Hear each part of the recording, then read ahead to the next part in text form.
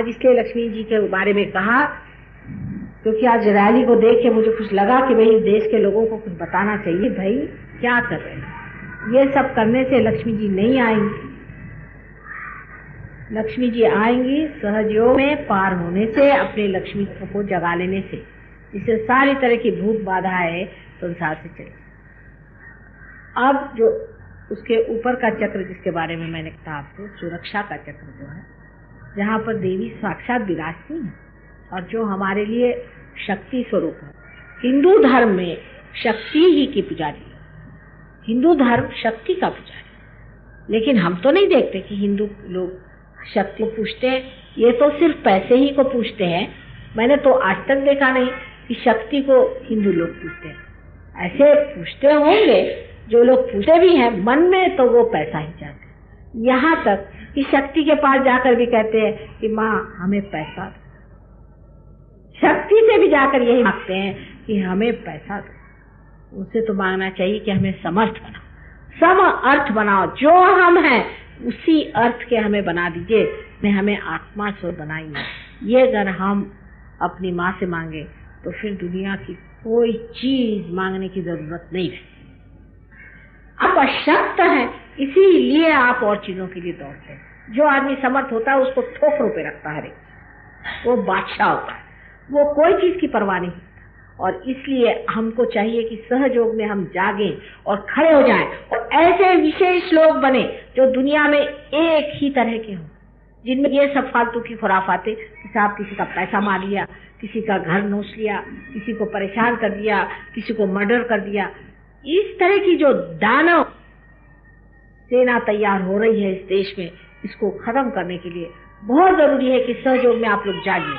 फिर ऐसे लोग तैयार होंगे, ऐसे लोग तैयार होंगे कि दुनिया की कोई भी दानवी शक्ति उसको हटा और उसको नष्ट नहीं कर सके। यही हमारे देश का एक ही बचने का मार्ग है, और तो मुझे कोई मार्ग दिखाई नहीं। परिवर्तन होना चाहिए, और परिवर्तन होने के लिए कुंडलिनी का जागरण होना चाहिए। जब तक कुंडलिनी का जागरण नहीं होगा तब तक आप में परिवर्तन नहीं हो सकता। अब जो बहुत ही महत्वपूर्ण चक्र है जिसे विशुद्धि चक्र कहते हैं, वो आज सबका जरूरत से ज्यादा पकड़ा है, क्योंकि सब दूर बहुत धूल हो गई। और ये विशुद्धि चक्र पे श्री कृष्ण विराजमान है। ये श्री कृष्ण का ये पूर्णावतार है। इसलिए पूर्णावतार है कि इनके लिए संसार एक लीला, सब एक मजाक है। वो उस दशा में है जहाँ उनको कुछ भी बनावट करने की जरूरत नहीं है, कुछ भी कहने की जरूरत नहीं है, रोने धोने की जरूरत नहीं है। वो तो सब खेल कर रहे हैं। जब सहयोग में मनुष्य इस चक्र से ऊपर उठता है, उसमें भी ये शक्ति आ जाती है कि वो साक्षी होना शुरू हो जाता है। वो फिर ऐसी वैसी चीजें में उलझता ही, एक आनंद उसके अंदर हमें टपकते रहता है। और वो देखता है कि संसार का एक ड्रामा सा चल रहा है, ये तो सब मजाक चल रहा है और ये सब मिथ्या है। इस मिथ्या के पीछे लोग क्यों चल रहे हैं?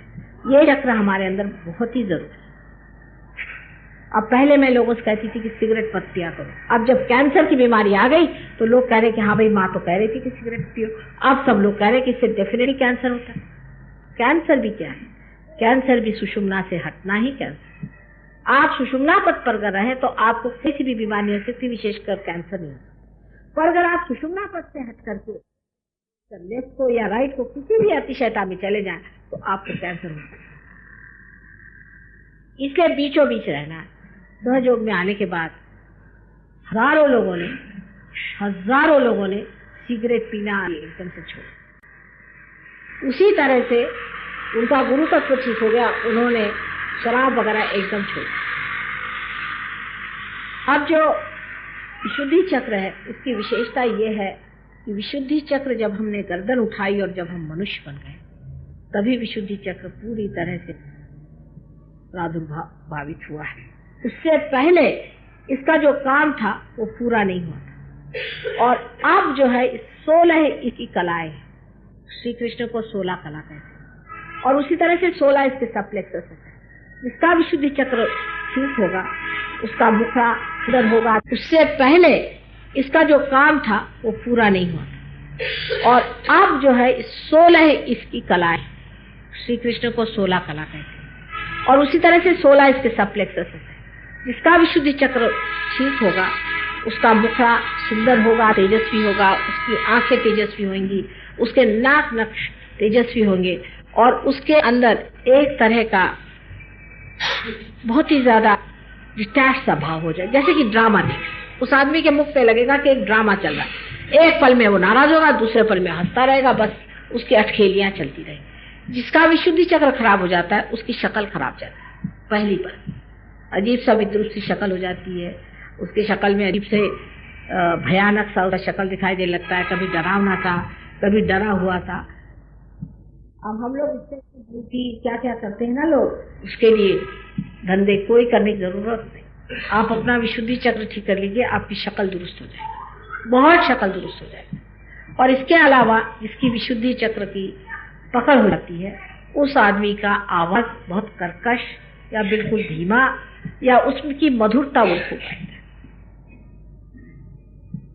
तीसरी चीज यह है कि हमारे अंदर विशुद्धि चक्र की जो लेफ्ट साइड है, जिसे कि हम कह सकते हैं कि जो हमारे लेफ्ट साइड में विराजती है वो विष्णु माया है, माने श्री कृष्ण की बहन जो विष्णु माया थी। अब जब हमारे भाई बहन के रिश्ते खराब हो जाते हैं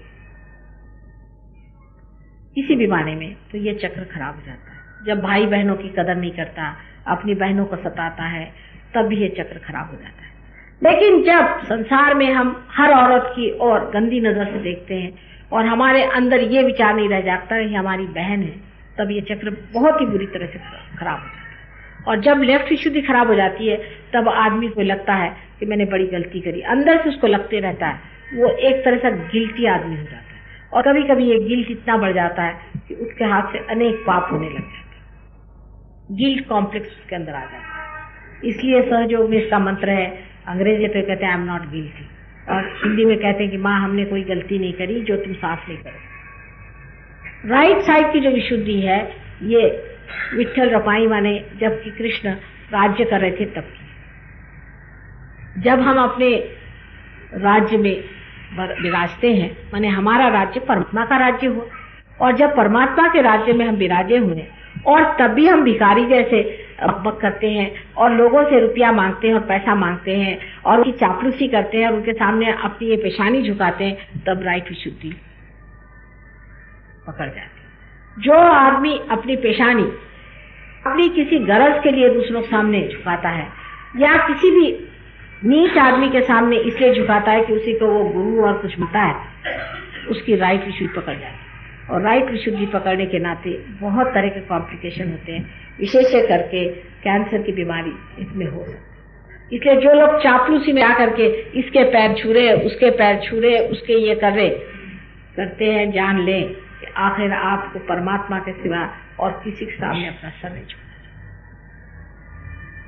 और किसी के सामने सर झुकाने की जरूरत भी क्या है और दे भी क्या सकता है। बहुत से लोग हमें कहते हैं कि वो संत साल से उनके हमने झुका है, अधिकतर तो ढोंगी और भोंदू ही लोग हुए, नहीं तो 420 या दानव या राक्षसी है।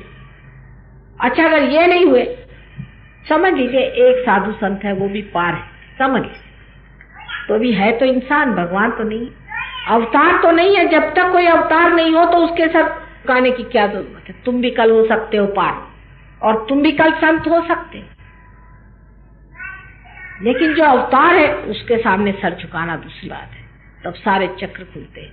सिर्फ अवतार के सामने ही सर झुकाना चाहिए, वो दूसरी बात है कि अपने माँ बाप है उनके सामने सर झुकाओ, वो एक रोजमर्रा के एक व्यवहार है, उसकी बात दूसरी। माँ बाप की झुका लिए, शादी में गए तो सबके पैर छू लिए, बड़ों के पैर छू लिए, ये बात दूसरी। एक बार वो कर लिया हो गया वो तो सम्मत, लेकिन हर बार जिसको देखिए कोई चले आ रहे हैं महाशय जी वो उधर से और कहा कि साहब ये तो मिनिस्टर साहब के यहाँ बिल्कुल उनके चमचे हैं, चले ये 4 चमचे उनके पीछे और पैसे नहीं। इस तरह की जिन लोगों की दुर्दशा होती है वो इस कदर दुख में पड़ जाते हैं और इतनी तकलीफें उठाते हैं कि मैं तो उन लोगों को ठीक करते करते तंग, क्योंकि मनुष्य को अपनी इज्जत और अपनी शान के साथ ये चक्र जो है आपको शान दी कि आपने सर ऊपर उठाया, ये नहीं कि इसको हर जगह आप झुकाते फिरिए और अपने को नीचे गिराते फिरिए। आप बहुत बड़ी चीज है, भगवान ने आपको एक अमीबा से इंसान बनाया।